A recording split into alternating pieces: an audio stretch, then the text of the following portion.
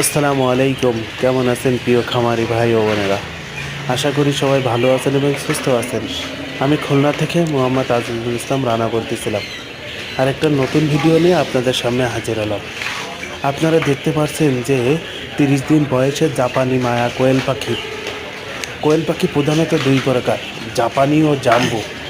জাপানি হচ্ছে ডিমের জন্য ভালো, আর জাম্বু হচ্ছে গোশের জন্য ভালো।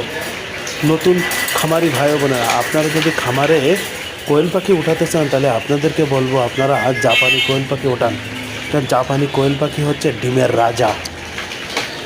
আর এবং কোয়েল পাখি একটা লাভজনক ব্যবসা।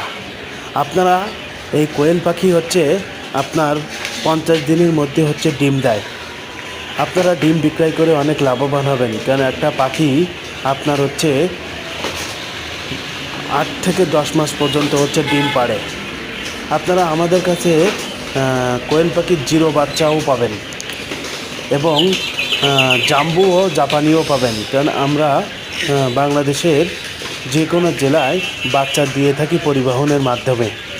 আমাদের এই আজকের 500 পিস জাপানি মায়া কোয়েল পাখি ডেলিভারি যাবে ঢাকা নারায়ণগঞ্জ। যদি কোনো খামারি ভাই বোনেরা আপনারা যদি খামারে জাপানি মায়া কোয়েল পাখি উঠাতে চান তাহলে আমাদের সাথে যোগাযোগ করতে পারেন।